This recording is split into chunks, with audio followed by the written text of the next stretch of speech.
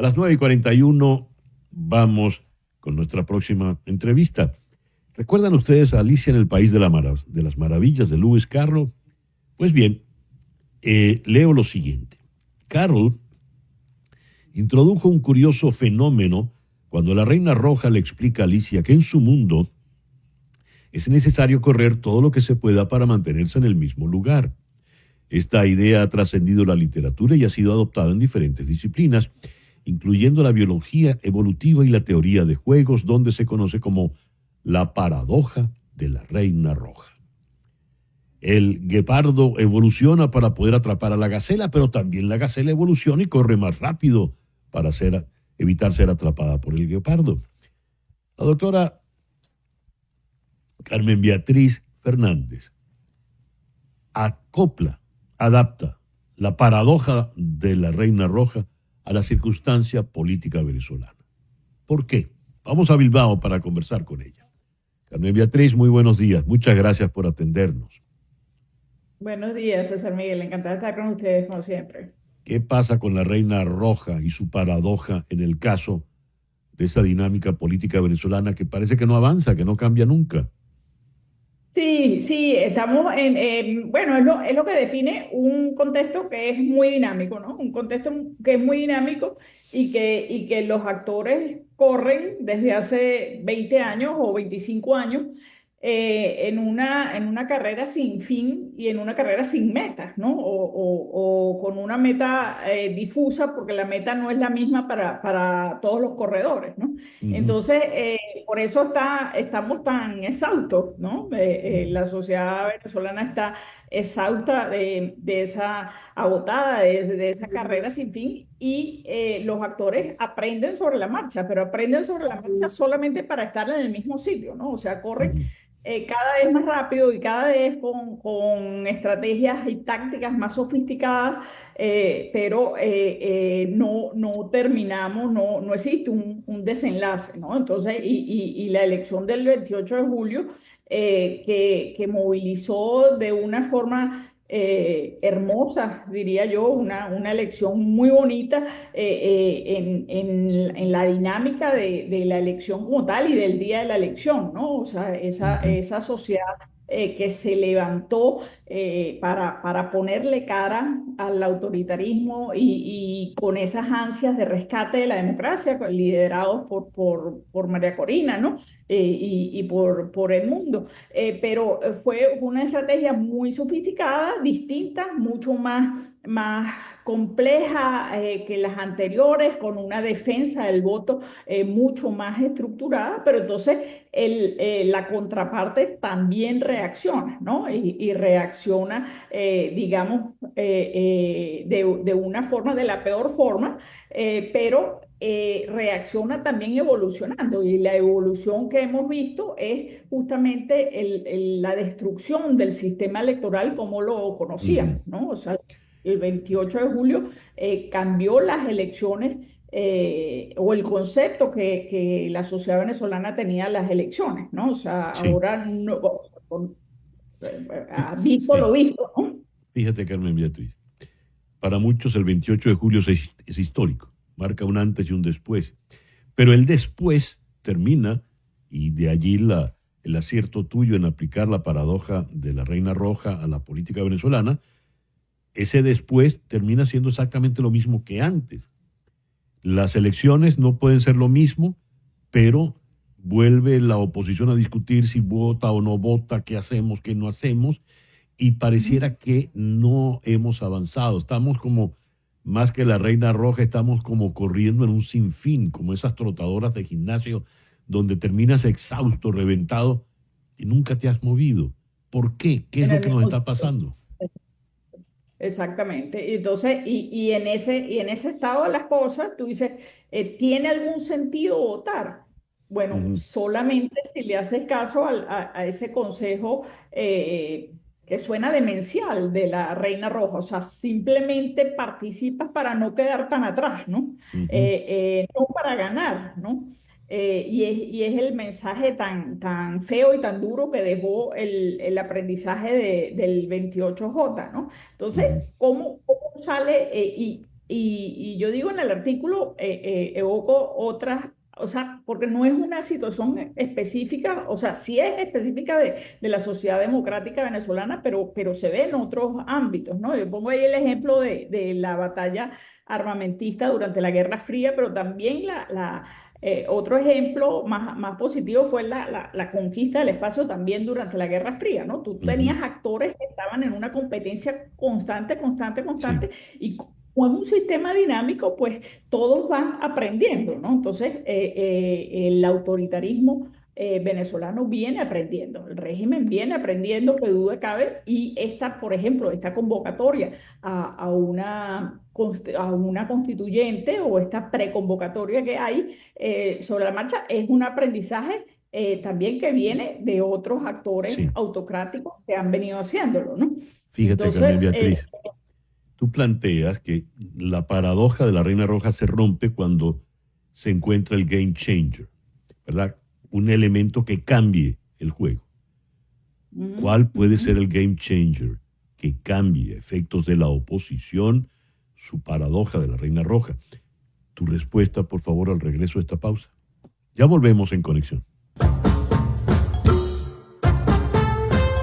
A las 9:51 regresamos a Bilbao para continuar conversando con la profesora Carmen Beatriz Fernández. Carmen Beatriz, en esto de la paradoja de la Reina Roja, buscando ¿cómo lo llamas? El game changer. Escribes, te voy a citar. La oposición venezolana no solo debe reaccionar a los movimientos del gobierno, sino sorprenderle, anticiparse con una transformación estructural que altere el tablero de juego, ya sea a través de una reorganización del liderazgo, una nueva narrativa movilizadora o un cambio en la estrategia internacional. La clave estará en encontrar una acción que rompa el ciclo de la paradoja de la Reina Roja antes de que el oficialismo imponga su propio nuevo equilibrio. Cito, Dios, esto es como muy difícil lo que estás planteando. ¿De qué estamos hablando, Carmen Beatriz? Sí, es muy difícil, es muy, muy difícil y el hecho que sea tan difícil es lo que ha impedido salir de esta dinámica tan tóxica, ¿no? Y que además de tiempo en tiempo la sociedad venezolana muy frustrada por no poder resolver este problema estructural, digamos, empiece a echar culpas a atacar Ujú. brutalmente a los liderazgos, ¿no? Y creo que siento que, o a veces uno lee redes sociales y sientes que estamos en esa fase, ¿no? Entonces, Ujú. pero sí, hay que estar muy claro que el adversario o Maduro y la nomenclatura están buscando ese nuevo equilibrio y es un equilibrio donde se busca una autocracia estable que no la tienen ahora. Como hay que adelantarse, hay que sorprender y hay que anticipar y cambiar ese juego o tratar de cambiarlo. No lo sé cómo, pero puede ser una suma de cosas. Yo creo que, por ejemplo, la convocatoria a, a la constituyente puede ser un game changer, pues puede cambiar el juego en el sentido que se puede transformar en una causa consensuada por la sociedad, donde la sociedad en su conjunto, la sociedad democrática en su conjunto, abraza la Constitución de 1998, ¿no? El otro elemento que te cambiaría el juego definitivamente es pues, un cambio interno desde las fuerzas que viene sosteniendo a Maduro, ¿no? O sea, estamos hablando del estamento militar que tiene gran claridad en lo que pasó el 28J, ¿no? La policrisis en la que está metiéndose Venezuela ahora, una crisis social, una crisis política, una crisis económica muy fuerte, puede ser otro detonante Sí, que cambie la situación, ¿no? Entonces, fíjate, Carmen Beatriz, fíjate, perdona que te interrumpa. A propósito de ese cambio interno, ¿no? Por ejemplo, el cambio militar. Tuve una conversación por demás interesante con la politóloga Ana Milagros Parra y ella planteaba, se ha apostado prácticamente a lo largo de estos 25 años a la fractura del estamento militar, que el estamento militar pues rompa con el régimen, con la dictadura. Pero no se ha dado ni se va a dar, dadas unas circunstancias muy, muy específicas, Cártel de los Soles, etcétera, etcétera. Si no se da esa fractura, ¿qué otro elemento puede ser? Porque pareciera que los militares se van a quedar para siempre con la revolución. Y entonces, Bueno, o sea, yo creo que sí hay una fractura en el estamento militar. Lo que pasa mm, es que los costos de hacer explícita esa fractura son demasiado altos. O sea, no hay presos políticos que sean peor tratados que los que son militares y los que están encausados, que se les abren procesos militares, ¿no? Los costos, digamos, los costos para hablar en ese término que se viene usando mucho en Venezuela, el costo de salida del sí. militar es altísimo, los riesgos que corren los militares son altísimos, pero los militares sabemos cómo votaron el 28J. Entonces, ese quiebre está. Lo que no está es la oportunidad, el momento y la ocasión de ponerse de acuerdo. Eso es lo que no Mm. existe, ¿no? Fíjate, esta dinámica frustrante de correr, correr, correr y estar siempre en el mismo sitio, eh, ha producido una suerte de trituradora del liderazgo político opositor, como si entrase en una suerte de trapiche, ¿verdad? Se trituró por completo, por hablar ahora en presente, de Enrique Capriles, Leopoldo López ni se diga, Juan Guaidó ni se diga, y ya tú comentaste, sin decirlo puntualmente, pero lo aludiste, que pareciera, por lo que se ve en las redes, que hay frustración porque no se ha avanzado frente a María Corina Machado y Edmundo González Urrutia. ¿Qué pasaría si entran en esa trituradora, en ese trapiche, habida cuenta de que, por supuesto, Maduro y Diosdado Cabello se restregarán las manos? Pero ¿qué le queda al país opositor, que es el país mayoritario?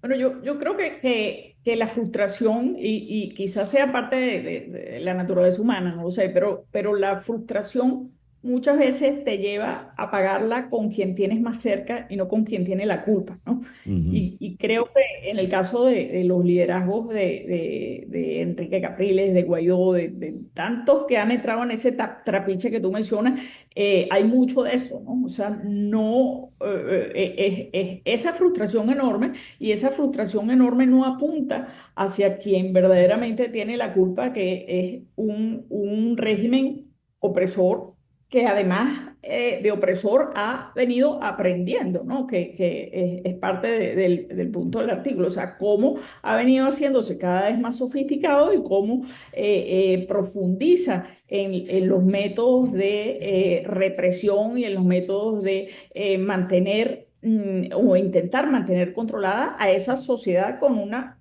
brutal vocación democrática que lo ha venido demostrando año tras año, ¿no? Entonces creo que es importante entender que las culpas del liderazgo son culpas limitadas, ¿no? Y el verdadero culpable es ese régimen que ha venido estableciendo distintas herramientas y cada vez más duras y cada vez más sofisticadas para mantener, y algo de suerte, ojo, que también creo que el autoritarismo en Venezuela ha tenido suerte. O sea, la pandemia fue un momento de suerte para Maduro y la nomenclatura, y creo que lo que estamos viendo en relación a la política exterior norteamericana también, ellos al menos lo vienen viendo Ujú. con aliento, ¿no? Ya lo veo. Carmen Beatriz, muchísimas gracias por estos minutos en la mañana de hoy. Gracias a ustedes, César. Carmen Beatriz Fernández desde la ciudad de Bilbao. Una pequeña pausa y al regreso venimos con nuestro foro del día de hoy sobre el chauvinismo.